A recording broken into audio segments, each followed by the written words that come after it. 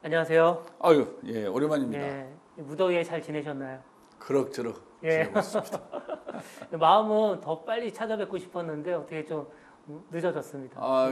이해해 주십시오. 제가 일정을 제대로 못 맞춰서 아는 방송이 미안합니다. 아닙니다, 아닙니다. 예, 예.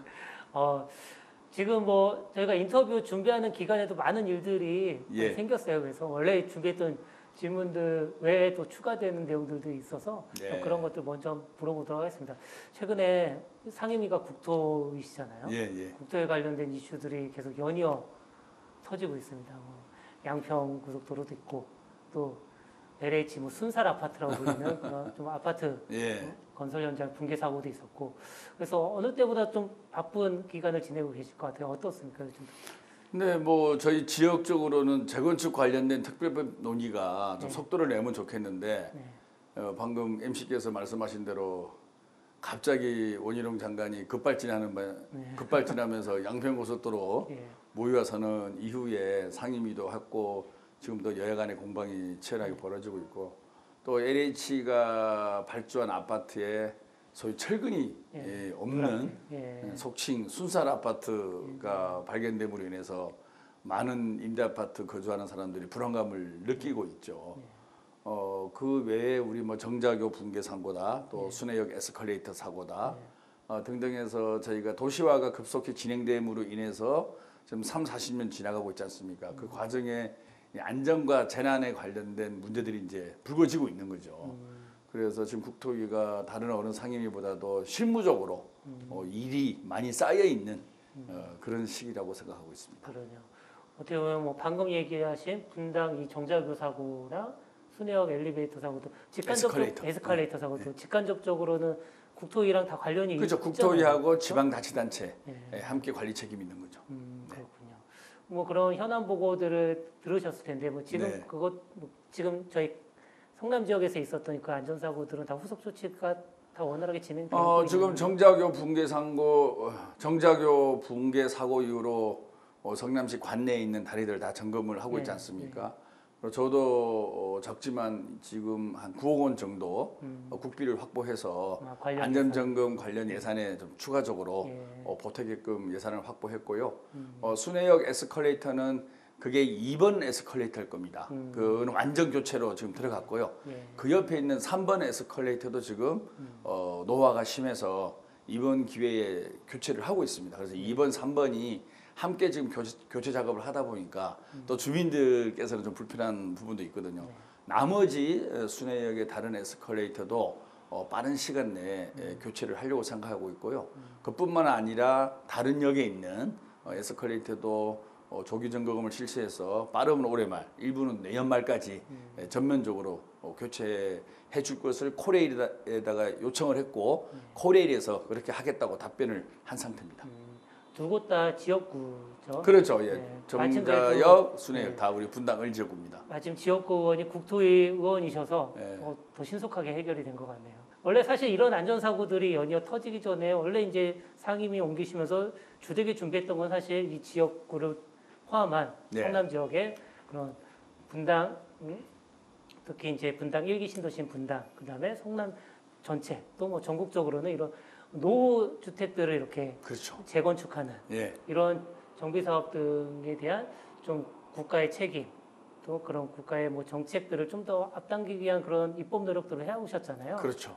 근데 지금 이런 안전사고들에 좀 밀려 있긴 한데 뭐 이른바 이제 재건축 특별법이라고 이렇게 추진을 하셨고 정부에서는 또 다른 이름으로 명명하면서 또 정부 차원에서도 입법 노력을 하고 있는데 현재 추진 상황은 어떻습니까?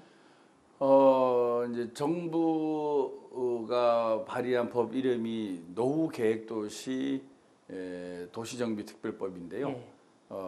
문제 인식은 그렇습니다. 저희가 전 세계에서 가장 아파트 비중이 높은 나라 중 하나일 거예요. 하나고 특히 이제 노태우 정부 시기에 주택 200만 호 건설 이래서 주택도 공급을 하고 주거 안정도 이루고 집값도 좀 더 서민들에게 유리하게 진행될 수 있게끔 단시간 내에 아파트를 많이 공급한 거죠. 그래서 분당, 일산 등 5개 신도시에 그렇죠. 대표 신도시죠. 약 3년 기간을 잡고 200만 호.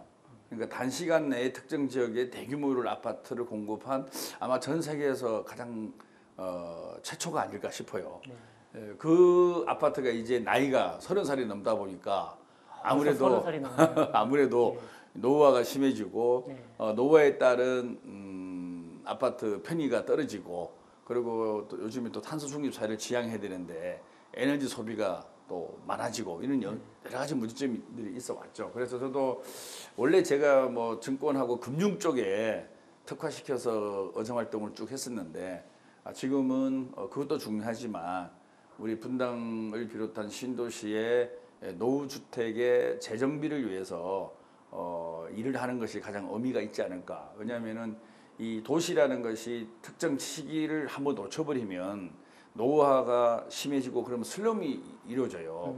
그럼 도시의 가격과 가치가 급격하게 하락하거든요. 네. 그래서 이런 터닝 포인트에 우리가 제대로 대응하지 못하면 도시 기능이 많이 떨어집니다. 네. 그걸 극복하기 위해서는 지금쯤 제대로 준비를 해서 이후 도시 재정비를 잘 하는 것이 분당의 브랜드 가치를 유지 또는 상승시키는 가장 빠른 길이다. 그렇게 네. 생각해서 제가 작년 3월에 관련 법을 제안을 했고요.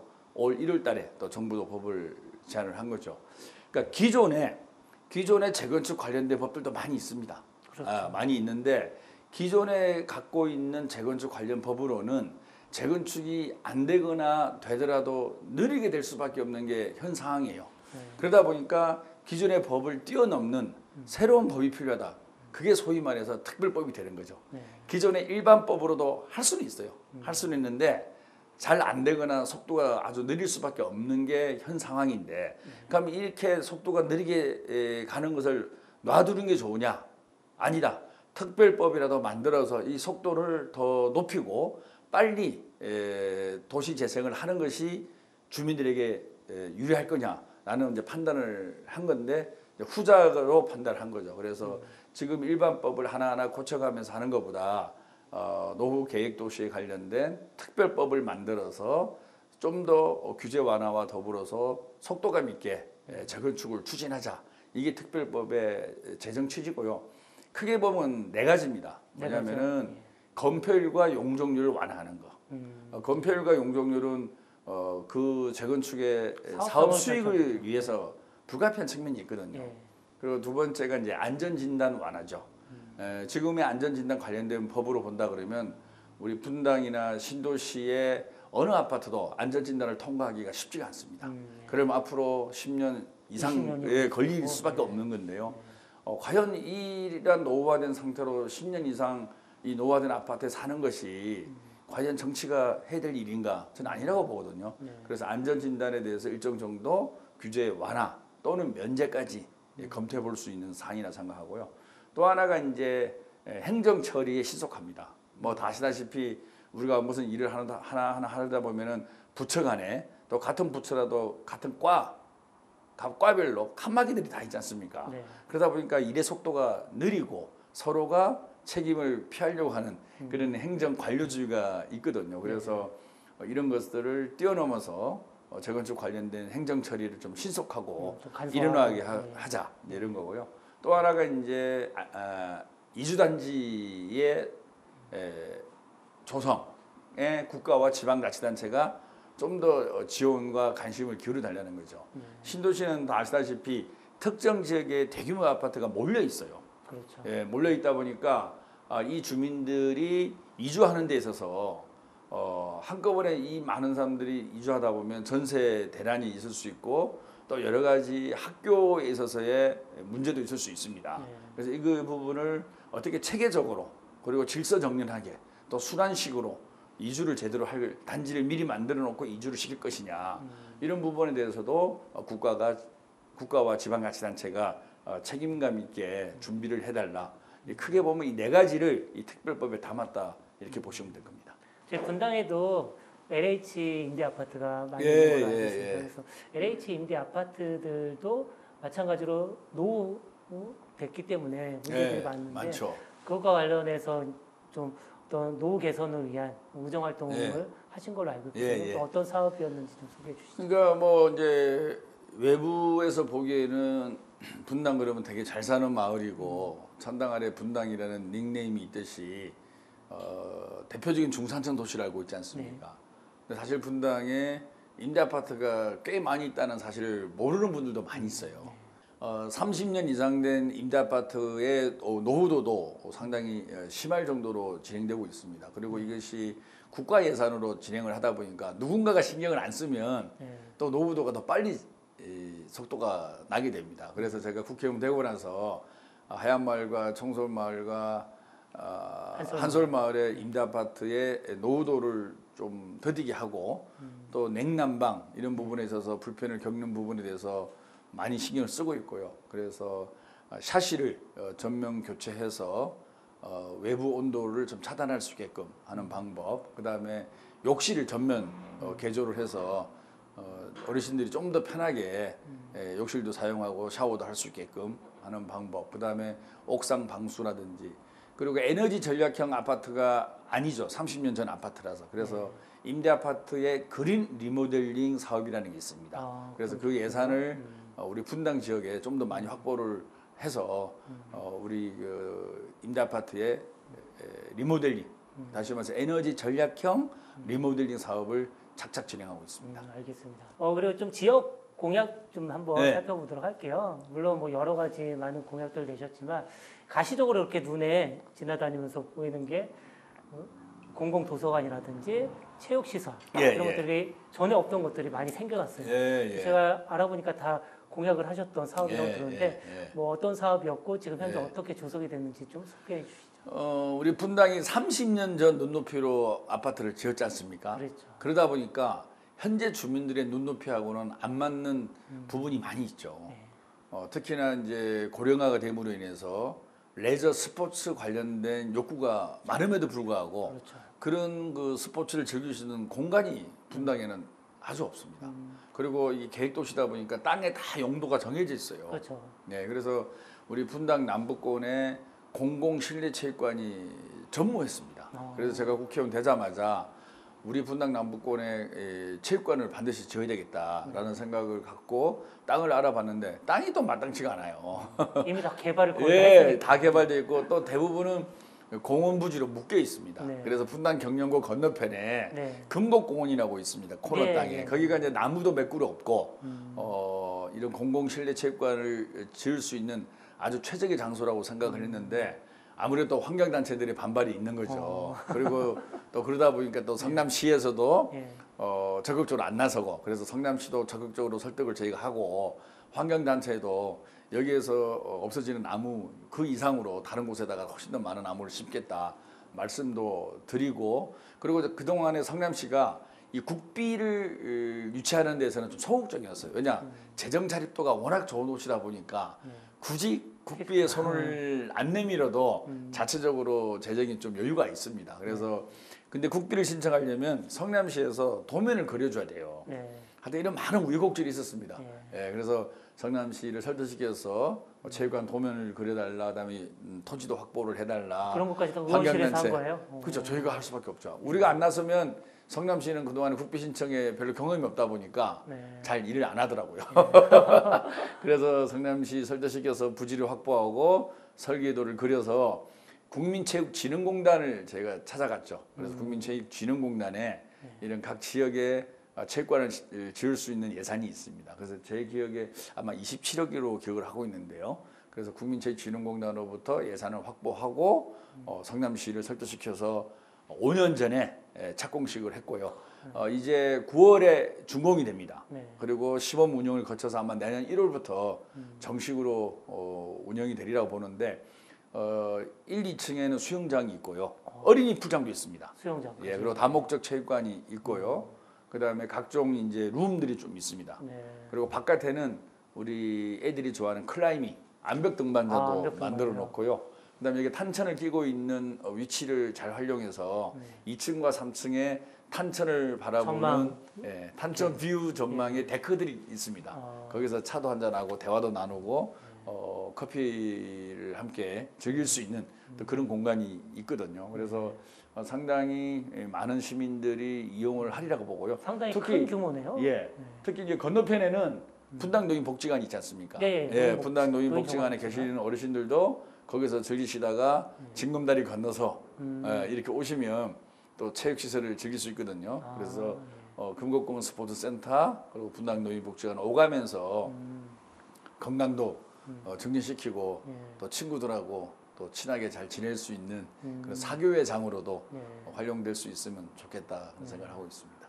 지금 설명하시면서 엄청 뿌듯해하시는 표정이 눈에 아주 역력히 읽힙니다. 제가 국회의원 하면서 제일 뿌듯한 것은 16개 초등학교에 실내 체육관을 다 확보해서 지금 거의 대부분 학교들이 체육관을 지어놨거든요. 그게 사실은 제가 국회의원으로서 가장 뿌듯한 거죠. 왜냐하면 제가 국회의원 될 때가 미세먼지가 한참 창궐한 시기에 야외에서 운동할 애들이 야외에 못 나오고 전부 교실에 있더라고요. 그게 너무 안타까워서 이 초등학교에 실내 체육관을 하나씩 지어야 되겠다.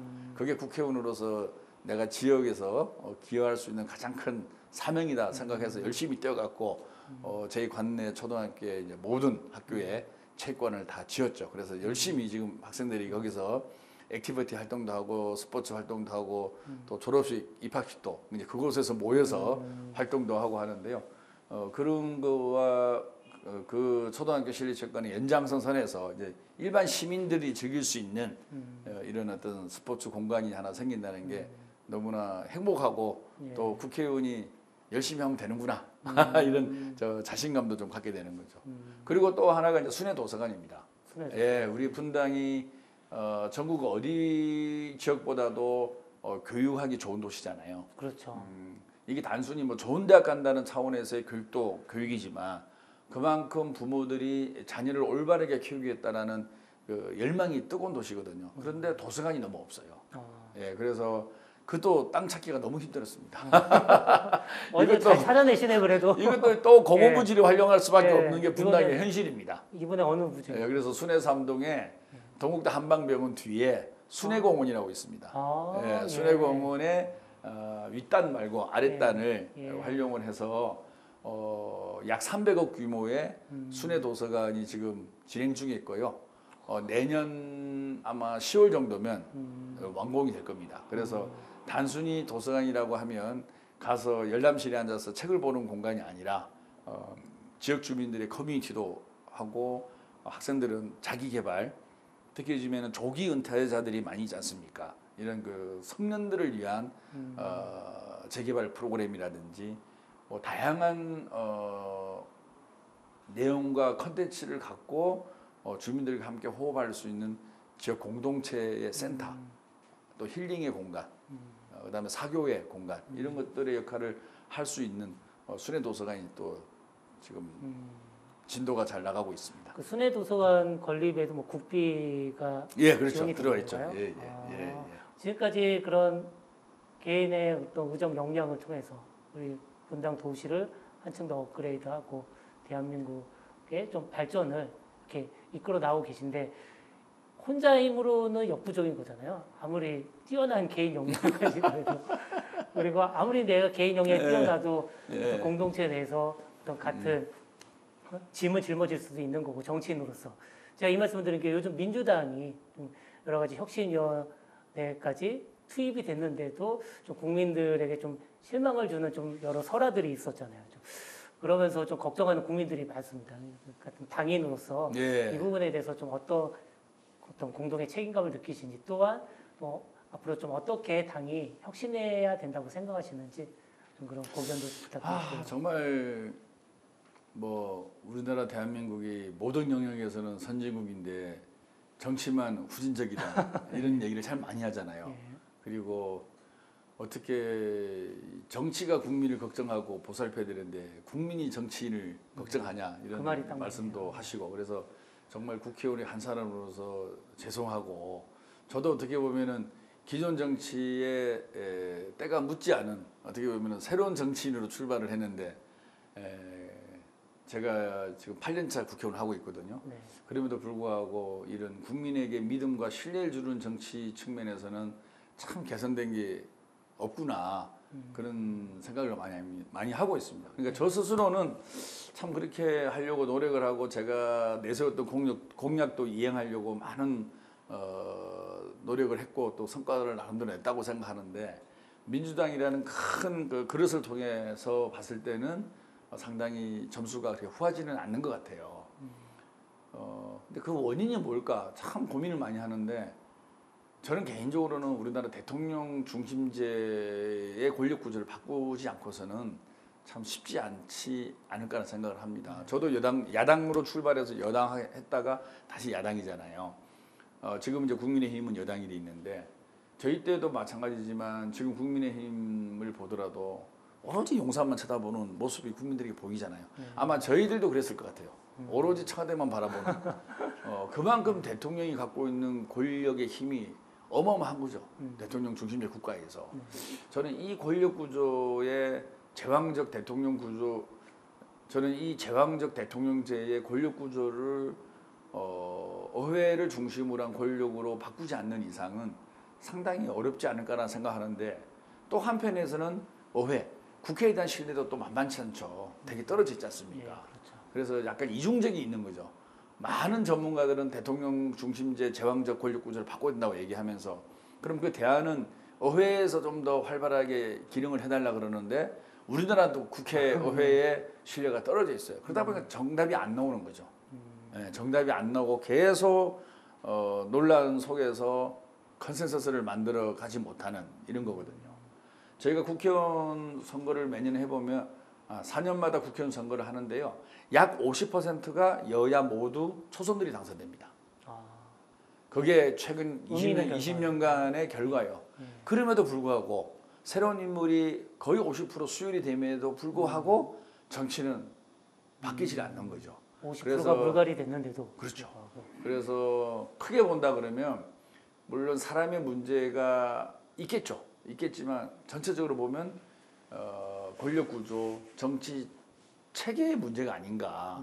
거기에 더 큰 원인이 있지 않나 생각하고 물론 그 정치를 하는 국회의원과 그다음에 당 지도부의 문제도 당연히 있는 거죠.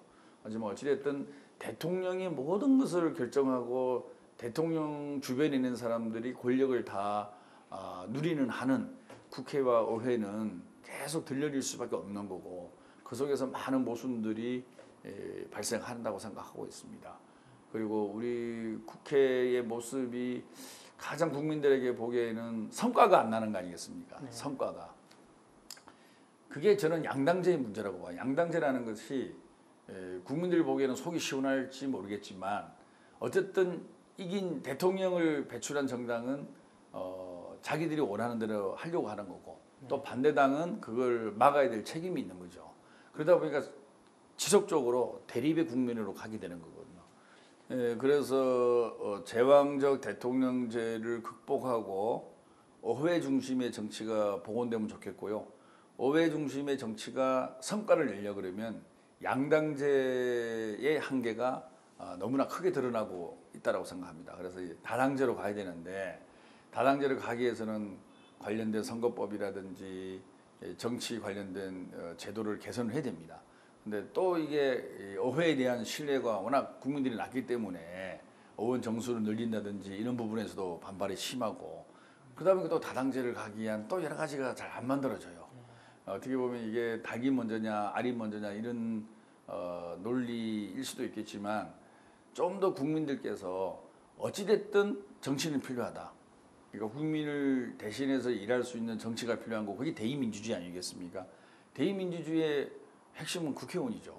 그래서 국회의원들이 그동안에 국민들에게 신뢰를 주지 못했고 정말 그 실망스러운 모습을 보여왔지만 없앨 수는 없는 거 아니겠습니까? 그러면 어쨌든 이 존재하는 의회 제도, 국회의원을 좀 더 좋은 국회의원을 만들고 성과 내는 의회를 만들기 위해서 국민들이 좀 더 애정어린 관심과 눈빛으로 좀 봐주십사.